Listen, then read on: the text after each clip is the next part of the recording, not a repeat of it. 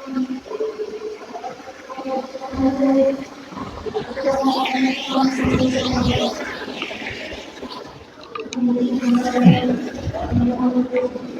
আলাইকুম ভিউয়ার্স, আজকে আবার চলে আসলাম আমার ফিশ ট্যাঙ্কে। আজকে আমি আলোচনা করতে যাচ্ছি এই এই ফিশ ট্যাঙ্কে অধিক মাছ উৎপাদনের গোপন রহস্য কি।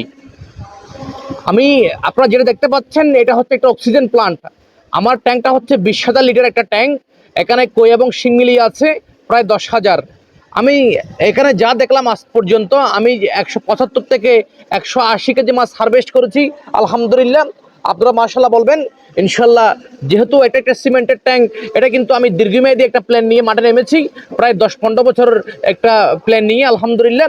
যদি কম সময়ের জন্য হলে আমি কিন্তু একটা ট্রিপল ট্যাঙ্ক ব্যবহার করতাম। এখানে আমি এই ট্যাঙ্কে অধিক মাছ উৎপাদনের যেটা সবচেয়ে বড় ভূমিকা রাখে, সেটা হচ্ছে এটা হচ্ছে অক্সিজেন প্লান্ট। আপনারা দেখেন, এটা হচ্ছে অক্সিজেন প্লান্ট। এটা এই এটা যদি আপনারা মনে করে থাকেন এটা বায়োফ্লক, তাহলে বায়োফ্লক মনে করে থাকলে এটা একটা চরম ভুল। এটা কোনো বায়োফ্লক নয়। এটা কিন্তু কোনো বায়োফ্লক নয়। বায়োফ্লক হলে কিন্তু এটা 24টা ঘন্টা আপনাকে রান করতে হতো। এটা কিন্তু আমি চালাই আমার মাছের বয়স যখন 1.5 মাসের পর থেকে। তখন আমি এটা রান করি, তাও প্রায় 6 ঘন্টা পর পর 1 ঘন্টা অথবা 40 মিনিট। এটা ব্যবহার করলে যেটা আমি রেজাল্ট পেয়েছি সেটা হচ্ছে একটা স্রোত দেখেন, একটা বলতে গেলে একটা আর্টিফিশিয়াল একটা স্রোত, একটা ঢেউ। এই ঢেউটা এই ট্যাঙ্কে মাছ বড় হওয়ার জন্য একটা বিশাল একটা ভূমিকা রাখে। আপনারা যেমন নদীতে, খালে, বিলে এত অল্প সময়ে মাছ কেন বড় হয়, বড় বড় মাছগুলো কেন পাওয়া যায়? কারণ ওখানে ঢেউ আছে, স্রোত আছে। কারণ এই ঢেউ এবং স্রোতের কারণে মাছের রোগ বালাই কম হয়।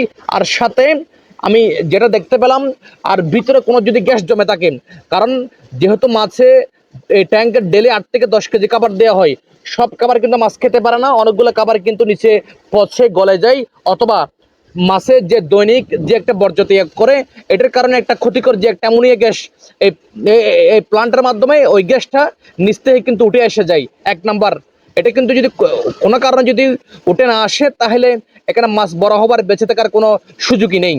এবং আপনারা যারা অ্যামোনিয়ার এই এসব ট্যাঙ্কে মাছ পালনের যেটা সবচেয়ে বড় ঝুঁকি, সেটা হচ্ছে অ্যামোনিয়ার সমস্যা।